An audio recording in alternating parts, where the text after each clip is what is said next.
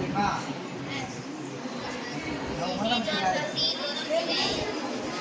அவங்க இன்னைக்கு என்ன சொல்லியிருக்காங்கன்னா, பள்ளி மாணவர்களிடம் போய் போதைப் பொருட்கள் பயன்படுத்தக்கூடாது அப்படின்னு சொன்னீங்கன்னா, நீங்களும் உங்களுக்கு தெரிந்த நண்பர்கள், உங்களுடைய பேர், உங்களுடைய உறவினர்கள் அவருக்கெல்லாம் சொல்லி அதை தடுக்கலாம்.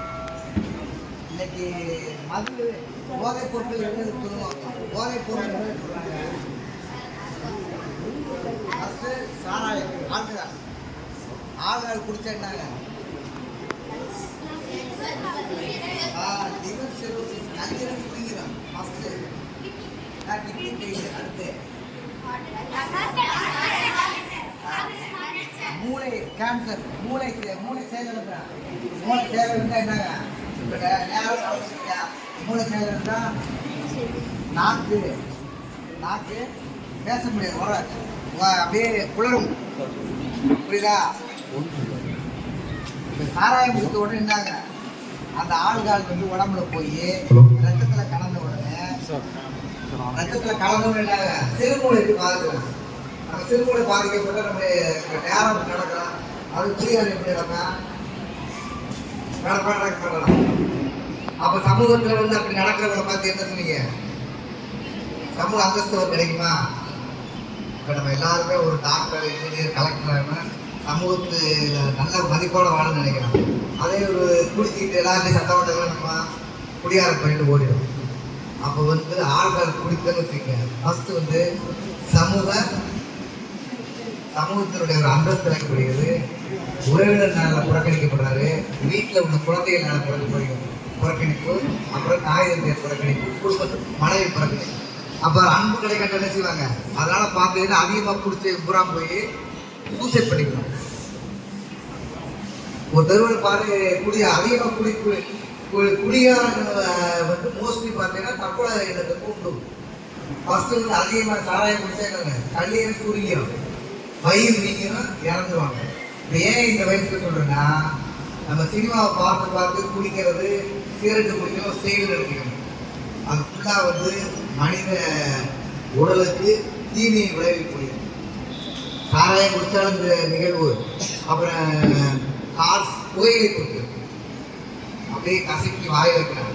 அதை வச்சா இந்த நெருசை தூண்டி முழுக்க அந்த புகையிலை பொருட்கள் பயன்படுத்தினால ஒரு தூண்டுதல் மாதிரி இருக்கும். ஆனால் வயிற்றில் புற்றுநோய் வர்றதுக்கு 100% வாய்ப்பு இருக்கு. அதிகமாக புகையிலை பொருட்கள் பயன்படுத்துவங்களுக்கு புற்றுநோய் வந்து 40-45 வயதுக்குள்ள மோஸ்ட்லி இறந்துடும். நமக்கு மன மகிழ்ச்சியாக இருக்குன்னா பலதரப்பட்ட தமிழர்கள் விளையாட்டு இருக்கு. வாக்கிங் போகலாம், கபடி விளையாடலாம். விளையாட்டு உங்களுடைய சிந்தனையை செயல்படுத்தினா எதில் நீங்கள் விருப்பமாக இருக்கிற டிராயிங் இருக்குன்னு டிராயிங் வரையலாம். அல்லது வீட்டில் சும்மா இருந்தீங்கன்னா 2 செடியை வளர்க்கலாம். அப்புறம் தேவையில்லாமல் இந்த சமூக வலைதள மூலிகளுக்கு பிசிக்கல் ஆக்டிவிட்டி, இயற்கை சார்ந்த இப்போ கடலை போய் ரசிக்கலாம், மரங்களை பார்க்கலாம், வாக்கிங் சைக்கிளிங் போகிறோம். அப்படி மனம் சார்ந்த நிகழ்வு மன மகிழ்ச்சியாக இருக்கிறதுக்கு போதைப் பொருள் மன மகிழ்ச்சி கிடையாது. போதை இல்லாமலும் இயற்கையாக மன மகிழ்ச்சியாக வாழ்றதுக்கு பல வழிகள் இருக்குது. அதனால தயவு செய்து நன்மை சொன்னேன், அப்புறம் கல்யாண வீட்டில் சரக்கு எடுத்தேன் அப்படிங்கிற தீய பார்த்துட்டு சின்ன வயசுல அப்படி நான் சொல்கிற விஷயத்த வாழ்க்கை முழுவதும் எடுக்காமல் இருக்கலாம். நீங்களும் நல்லா இருக்கலாம், இந்த சமூகம் நல்லா இருக்கலாம். இன்னைக்கு நடக்கிற பஸ் விபத்துக்களுக்குள்ளாக காரணம் என்ன, யாரோ ஒருத்தருக்கு நீ நல்லா ரூல்ஸ் உள்ள வண்டி ஓட்டினால இவருடைய போதை நடத்தினால யாரோ ஒரு உயிரிகள் போதை வந்து எவ்வளோ தீயநிலை வந்து நீ நல்லவன், நான் சமுதாயத்தில் நான் நல்லாமல் இருக்கேன், நான் நேர்மையாக இருக்கேன், என்னை சுற்றி நான் எல்லாருமே குடியாரர்களுக்கு கைங்க வந்து மோதி அல்லது காரணம் மோதி உயிரிழப்பு ஏற்பட்ட யார் பொறுப்பு? இந்த போதைப் பொருட்கள் பயன்படுத்துதான் உயிரிழப்பு அதிகமான வாய்ப்பு இருக்கு. அதனால் வந்து நம்மளோட முதல்வர்கள் வந்து என்ன அறிவிச்சிருக்காங்கன்னா, பள்ளி மாணவர்கள் அனைவரையும் இந்த போதை வஸ்துக்கள் பொருட்கள் எடுப்பதை தவிர்த்து இந்த சமுதாயத்தை பாதுகாக்கணும்னு உறுதிமொழி எடுத்துருக்காங்க. இப்போ இந்த போதை உறுதிமொழியை எடுத்து நம் சமூகத்தையும் நம்மையும் நம் குடும்பத்தையும் பாதுகாக்க வேண்டும் என்று விடை கூறி நன்றி வருகிறேன். நன்றி, வணக்கம். உறுதிமொழி சொல்லலாமா? போதை பழக்கத்திற்கு எதிரான உறுதிமொழி. போதை பழக்கத்தால் ஏற்படும் தீய விளைவுகளை நான் முழுமையாக முழுமையாக அறிவேன். நான் போதைப் பழக்கத்திற்கு ஆளாக மாட்டேன்.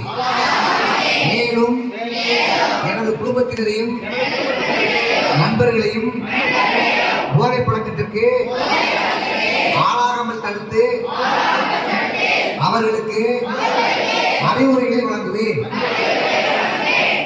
போதை பழக்கத்திற்கு உள்ளானவர்களை மீட்டெடுத்து அவர்களை நல்வழிப்படுத்த எனது பங்களிப்பை முழுமையாக தருவேன். போதைப் பொருட்களின் உற்பத்தி,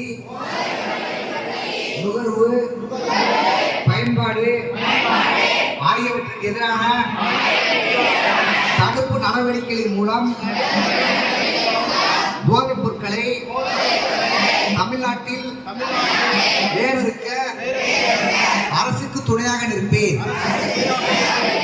மாநிலத்தின் வளர்ச்சிக்கும் மக்களின் நல்வாழ்விற்கும் நான் அர்ப்பணிப்புடன் பங்காற்றுவேன் என்று உளமாற உறுதி கூறுகிறேன். நன்றி.